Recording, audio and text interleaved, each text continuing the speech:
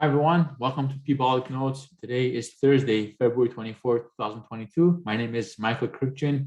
I'd like to share with you the charts that I'm looking at in the crypto space today. Whatever I share with you today is not financial advice. Please do your own research and double check with your own advisors. I'm not a financial advisor. I'm just sharing with you what I'm doing in this crypto space. Today is a bit of a sad day, as most of you are aware. There's the war going on in Russia and Ukraine. Obviously, none of us wants any human loss. Nobody wants any humans suffering, especially these days where we're all interconnected. And we really hope that things can work out as soon as possible for our friends in Europe, and so that peace can be reset in that part of the world. And the sooner the better. Obviously, what this does, as I will share my computer screen with you, is that it does make it so that it becomes a little more difficult to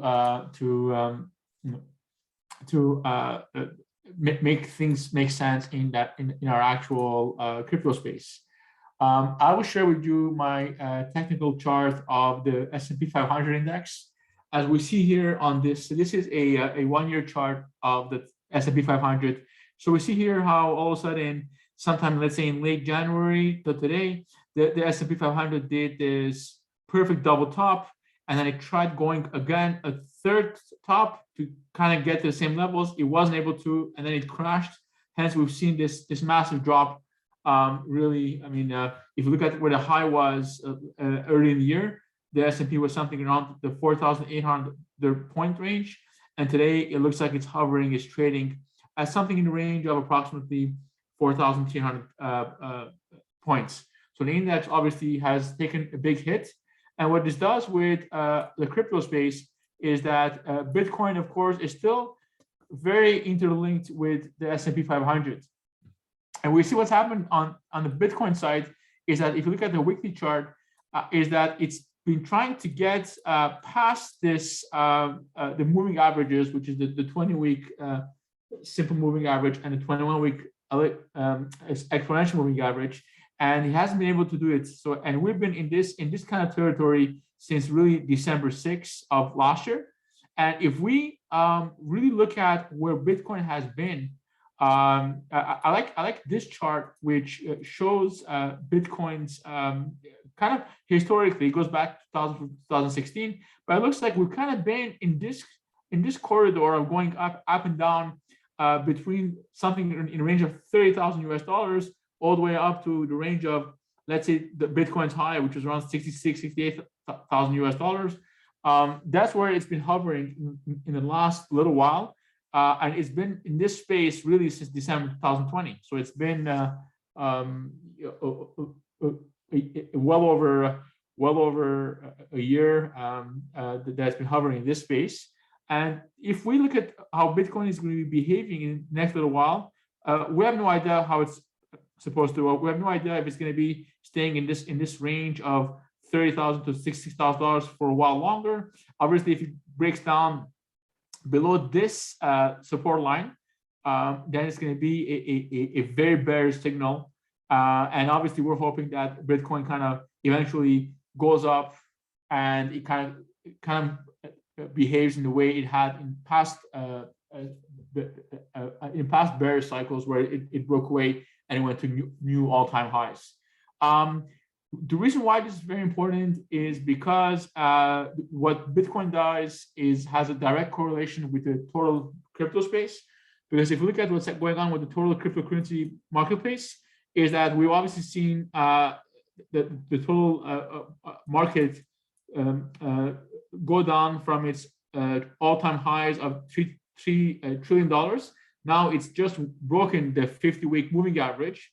And right now we're hovering around $1.7 trillion. So this is a massive drop that this space has seen in the past couple of months. And right now it's in a bearish market territory where it just broke the 50-week moving average. Of course, what this does is that when Bitcoin is behaving this way, it does carry the entire space with it as well. Because as we look at the trading view chart of Bitcoin Bitcoin dominance, we're going to see that that Bitcoin is still very, very important in this crypto space. It's going to be something in the range of over 40% of its dominance. So what I mean is that it's going to be carrying with it the entire crypto space. We see here that as of today, Bitcoin's dominance is hovering at around 43% of the total space. So what does this do?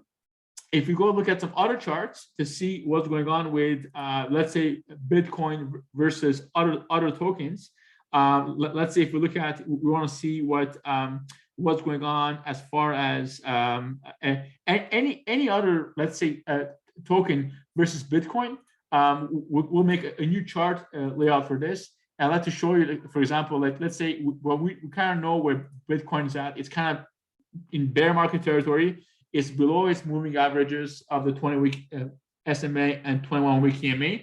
Furthermore, the crypto space, the total crypto space also is below its 50-week moving average, meaning that we definitely are in bear market territories.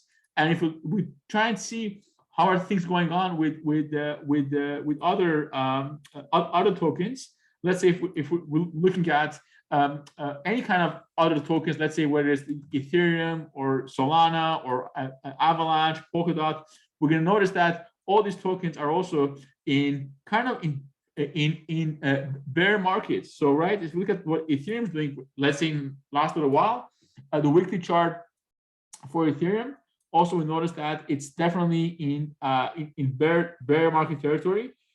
From its highs in November of 4,600 and 4,700 US dollars, today we are at 2,600 US dollars. So this is a massive drop for Ethereum, and the same will be happening as well with the other layer ones, whether it's Solana's, the Avalanche, the Polkadots. All these layer ones are also going to be suffering because Bitcoin is suffering. So that's why it's we see these trends are really bearish for all these coins. And it's very important for us to make sure that Bitcoin is having a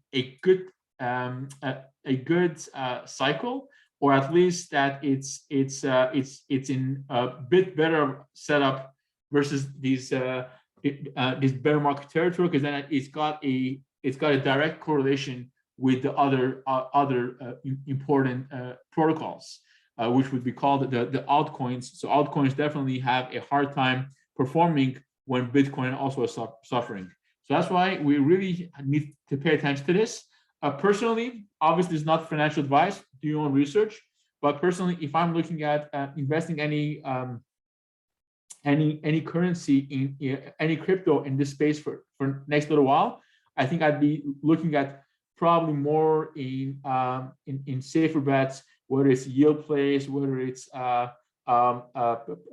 putting my tokens in ways with the decentralized exchanges to get some yield plays on it, because right now it does look like we are definitely in a bearish territory. And the problem with this crypto space is that we have no idea when it will be coming back to a better cycle.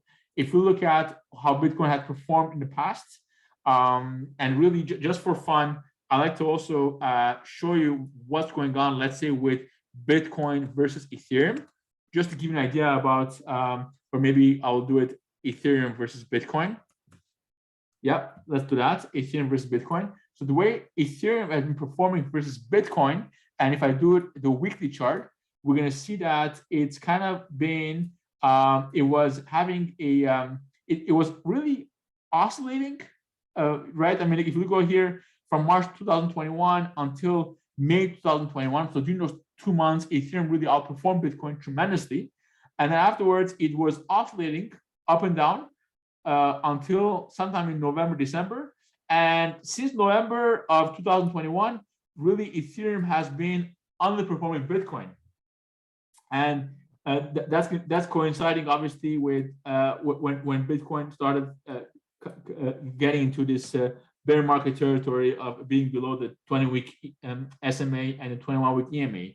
So just to summarize it, to recap, we want to see Bitcoin kind of be able to get out of this space and be perform in such a way that ideally that it will be performing in such a way that it's going to be eventually going up so that it gets above the two moving averages, which are the 20-week SMA and 21-week EMA.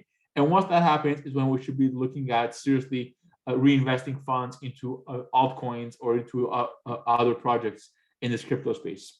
Thank you so much for watching, everyone, and I'll be updating this this videos again next couple of days, so that we are hoping and really really hoping that this bear cycle for Bitcoin ends, so that we can start going back into positive territory. Thank you so much for watching.